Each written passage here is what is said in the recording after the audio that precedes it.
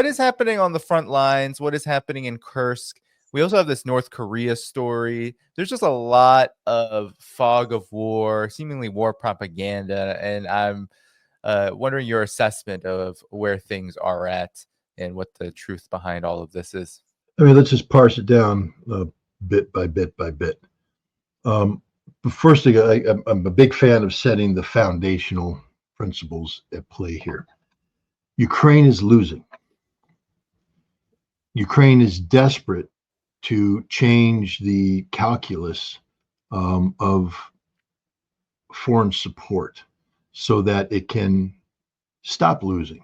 It believes it needs more weapons.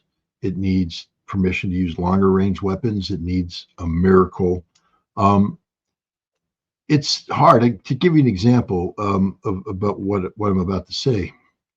The Ukrainian people used to voluntarily donate money in support of the Ukrainian Ministry of Defense, and indeed tens of billions of dollars have been raised over the course of the conflict for the Ukrainian military from the Ukrainian people. Right now, no money's coming in from the Ukrainian people. Why? Because they don't see any reason to continue to donate money to a lost cause. Now, if you're the Ukrainian Ministry of Defense and you're trying to convince Europe and the United States to continue funding this enterprise,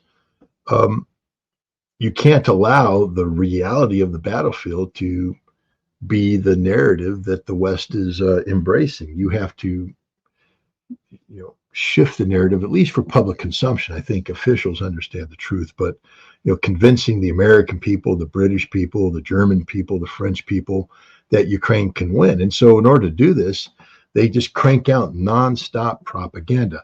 Let's just admit right off the bat that 1,500 to 1,700 Russian casualties a day is the most absurd thing in the world.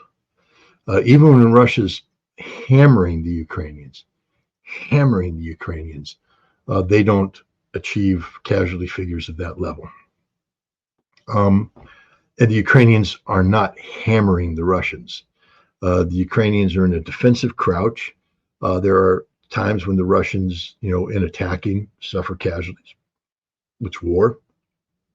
But, when I talk to Russian commanders or Russian correspondents on the battlefield, they'll say, yeah, the Russians are suffering casualties, but nothing like what the Ukrainians are suffering. Depending on the day, the casualty ratio will be 5 to 1 to 20 to 1. I mean, there's days when the Russians are killing 20 Ukrainians for every dead Russian. On normal days, they're killing 5 for every Russian.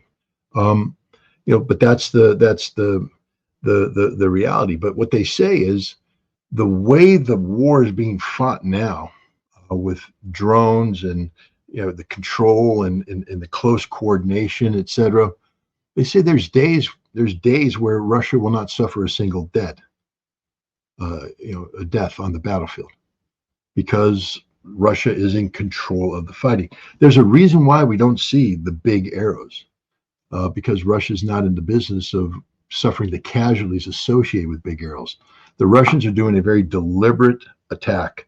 They take this tree line, they take this building, they take this juncture, they pause, they regroup, they come back in, achieve fire supremacy, bring in the drones, maneuver in, take the next tree line, et cetera, et cetera.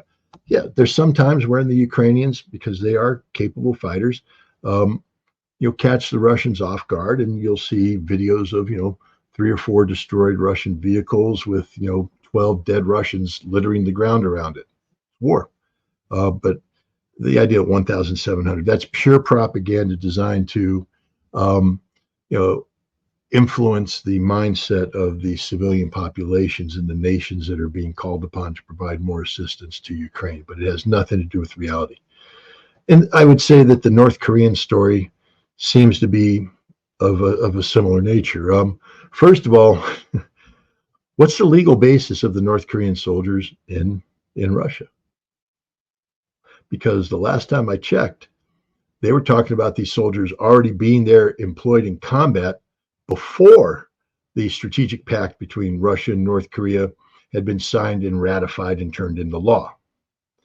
And the one thing I know about Russia and North Korea is they sort of require the I's to be dotted and the T's to be crossed on all their legal documents before they go forward, that they don't get ahead of the game in terms of things like that. So right off the bat, the story of North Korean troops engaged in combat stinks to high heaven.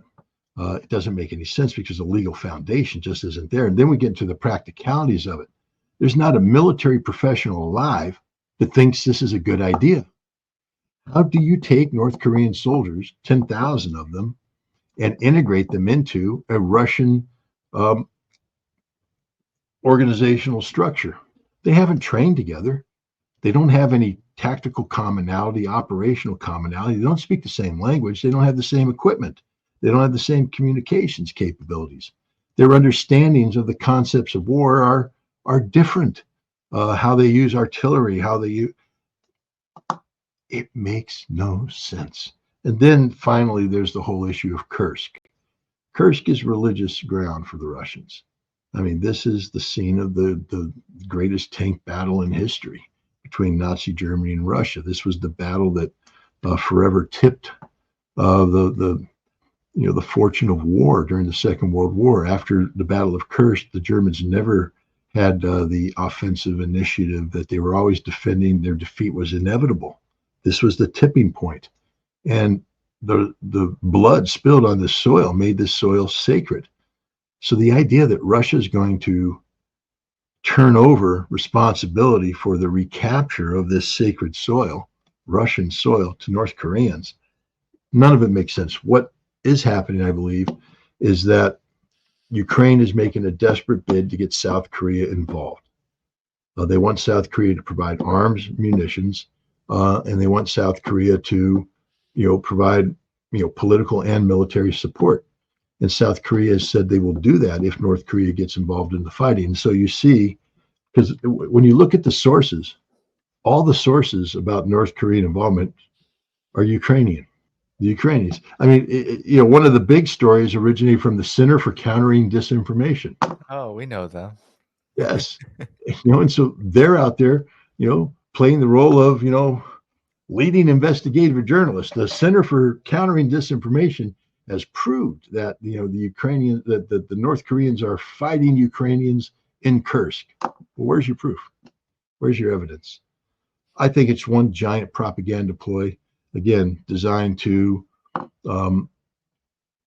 sow the seeds of confidence in populations that otherwise would be opposed to continuing to throw good money after bad into Ukraine. Ukraine has lost this war. They're not going to be able to reverse this. It's not just the military defeat that's taking place, but winter is upon us. And the colder it gets, the worse off it gets. 90% of Ukraine's thermal production capacity is destroyed irreparably. It's not going to be repaired in time for winter. That means that when the winter comes, there will be no electricity, no running water, nothing for tens of millions of Ukrainian citizens who I believe are going to be compelled into, becoming internally displaced refugees or fleeing the country, creating a refugee crisis in a Europe that's already had it up to here with Ukrainian refugees. They're overwhelmed with, illegal immigrants from North Africa and the Middle East. They have their own financial problems, political problems, and the last thing they need is a new tidal wave of Ukrainian refugees. And the pressure is going to be put on Ukraine to bring this thing to an end. And I think that's the direction we're heading. Given that direction that we're heading in, Scott, how do you see what happens next here? Because all of this rests on the foundation that Russia is winning, that the Kursk situation is not looking good for Ukraine, however gradual that process plays out. The front line appears to be completely in Russia's favor. And now we have talks of the Trump administration coming in, talking about forming a peace envoy to try to settle this conflict. What do you make of what's going to happen from here, given the fact that we've, of course, heard Trump and now what is becoming his new administration talk a lot about settling this conflict. But I've heard you talk about that the terms that have been given so far are not realistic and not serious. So how do you see this playing out in the months ahead as we do enter what is likely to be a long winter? Trump, when you look at his national security picks, there's a theme that comes out. Peace through strength is his thing, meaning that they want peace, but they've got to be strong. And then when it comes to the military, the military will never back down. And this is a recipe for disaster, because if you approach it peace through strength, that means I'm coming in saying I want peace, but if you don't do it my way, I'm going to bring in my military, and the military doesn't back down, which means there's no reverse. We're going in. That seems to be an odd stance for a president who says that who ran on a no war platform. So I'm hoping against hope that this is a lot of posturing and posing and bluster, and that Trump will be far more realistic. The fact of the matter is, there will not be a magic phone call between Trump and Putin. Putin won't even take that call. I mean, if Trump thinks he's going to call it, remember the Washington Post ran a story a couple of days ago, based on good sources inside the Trump administration. Call happened. That Trump called Putin. Yep. And that he laid the law down on Putin. What had to happen, things that had to happen. And I saw that, I went, not only did this conversation not happen, but had Trump tried to talk to Putin like that, the conversation would have been over. The Russian president isn't somebody to be talked to in that way. He's not going to be talked to in that way, not by Trump. I think Trump's smart enough to know that. And so when I saw it, I said, it's a lie. That conversation never took place. And sure enough, the Russian government came out and said that conversation never took place, because it didn't. It was made up. Why? Well, again, to sow confusion, dissent, etc., to bring about distrust amongst within the Russian camp towards Trump, or within Trump towards Russia.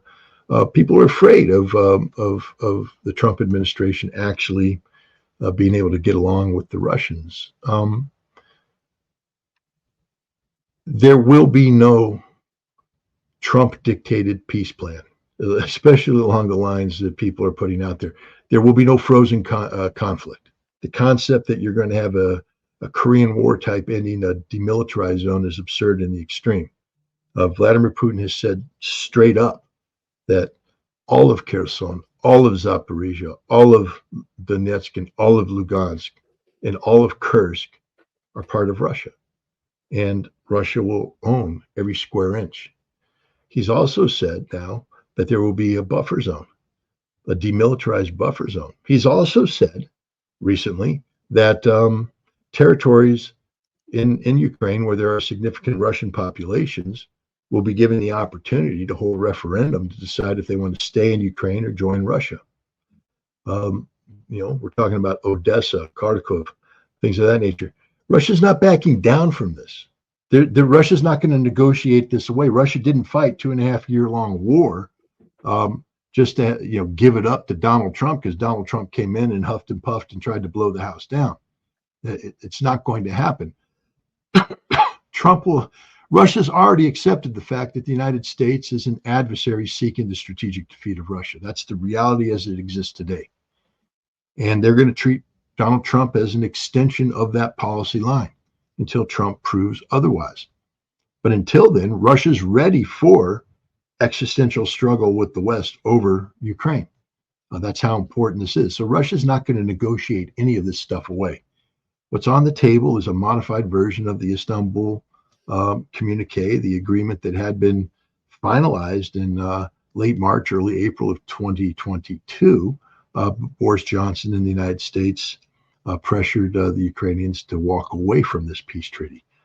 Putin has said that's on there. There's some stringent things in there. Demilitarization. Ukraine won't be allowed to have a military more than 50,000 strong, and none of it will be NATO equipped or NATO influenced. Denazification, Stepan Bandera and the ideology of banderism is over. Russia will not allow it to continue. There will be constitutional changes to outlaw this. This is the reality. The fact that nobody in the Trump administration is talking about this reality shows you how ignorant they are about the real situation that's going on here. The best the Trump administration can do is turn off the spigot to Ukraine and starve them of the resources necessary to continue this conflict. Whether they'll do that is another question, because one of the things that Trump has said is that he's going to tell the Ukrainians he's shutting off the spigot, but he's also going to tell the Russians that if they don't accept the Trump dictated peace terms, that spigot can be turned back on. So from the Russian perspective, they just assume the spigot's going to stay on, and they're going to continue to do what they do, which is to strategically defeat Ukraine, NATO, the European Union, and the United States. We have developments in Germany. That government is collapsing. It was so interesting reading Reuters' take on why the current government coalition in Germany is collapsing. Very little talk about Ukraine. Actually, almost so little you would think that Ukraine has had absolutely no role in Germany's collapse. But I wanted to ask you, Scott, given this, given that we're seeing the defeat on all fronts happening with regard to the collective West in Ukraine, we also have the Biden administration saying that they are going to push through all of the funding necessary before Trump comes into Ukraine. What does this even mean in this context, where it appears that is more blowing smoke than anything else? Like, what could the outgoing Biden administration do to essentially fortify Ukraine? It seems very unlikely, but I'm curious on what your thoughts are. Well, there's nothing they can do to fortify Ukraine. What they're doing is purely political in nature. They're trying to shape the post-conflict debate and discussion to ensure that they're not blamed for Ukraine's downfall.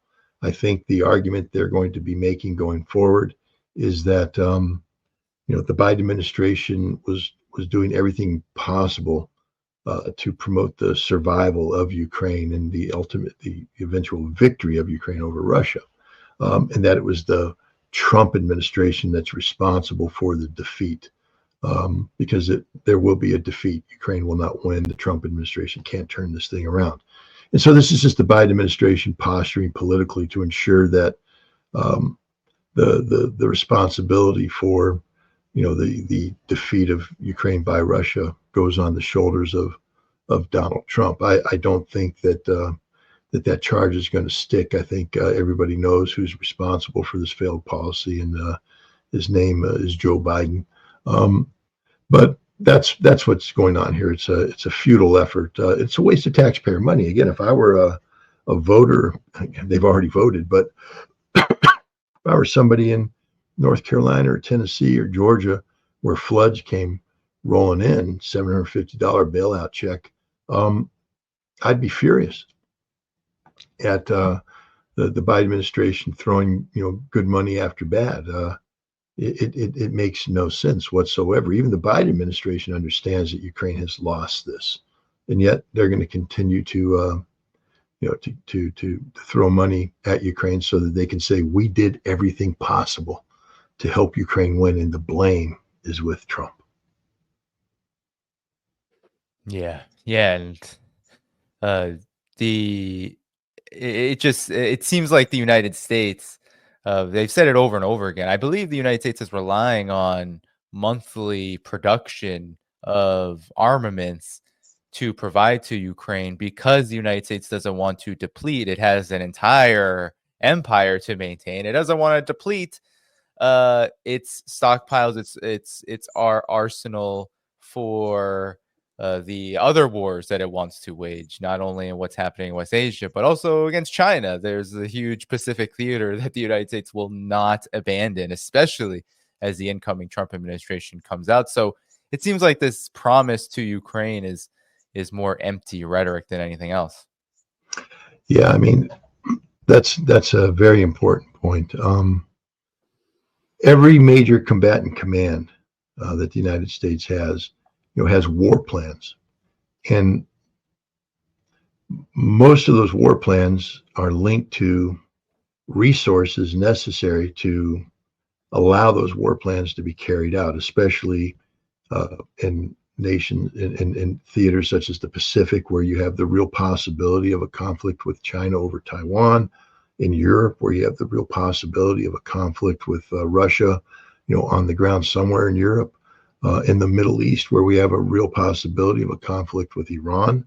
The war plans allocate troops, and those troops have certain weapon systems that will be employed in combat for a defined period of time. There will be ammunition expenditure rates built into this plan. And so what happens is you need to have a sufficient stockpile of weapons on hand dedicated to that plan, so that if the balloon goes up and the military starts to cross the line of departure, they have the weapons necessary to initiate and sustain for a finite period of time this conflict. We have given away all of our strategic fat.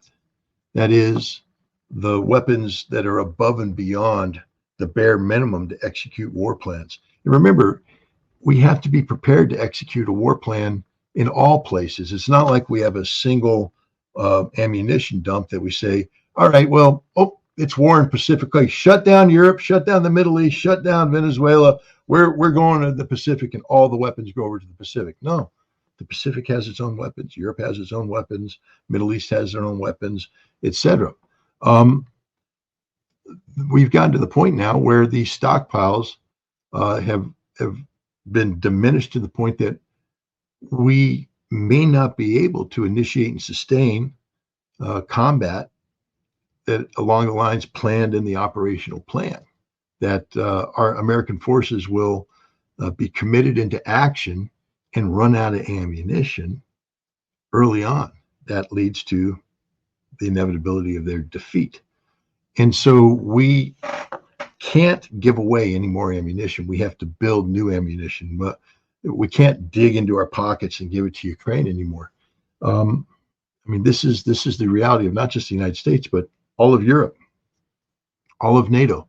NATO lacks ammunition reserves. I had to laugh when Admiral Bauer, the German, said, if Russia didn't have that nuclear weapon issue, we'd have gone in there and kicked them out of Ukraine, we being NATO. And they're like, really? With what?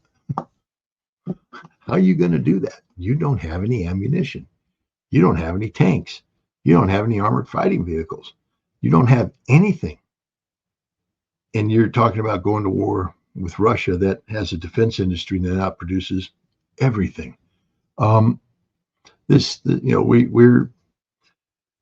We have done so much harm to the national security of the United States. And I guess the good news is, even if the Trump administration wanted to go to war, they're going to have to yield to the professional advice given by the military that will say the same thing over and over. Mr. President, we can't sustain it. We can't go to war until we start building up ammunition reserves. But as we build them up, we have to stop giving them away to Ukraine and to Israel. They're just burning through. Israel's burning through 2,000-pound bombs like they're out of style. Artillery shells, etc. So the good news is that even if Trump wanted to go to war early on, he doesn't have the capacity to do any large scale ground fighting, whether it's in Asia, West Asia, or Europe. The bad news is, if he pushes the situation anyways, remember, peace through strength, and the U.S. military doesn't back down. But what happens if you do the peace through strength bluster, and the enemy says, screw it, let's see how strong you are. And our military doesn't back down, but we just ran out of ammunition because we burned it all up in Ukraine. And the only thing we have left is nuclear weapons. And because we don't back down, we now have a nuclear conflict at hand. Because one of the scenarios in which America can use nuclear weapons preemptively in a non-nuclear environment is a conventional war scenario where a significant number of American lives are at risk unless we do something to eliminate that risk, the source of that risk, with tactical nuclear weapons. It's the way the war plan is written. So it's a very dangerous situation we're in right now.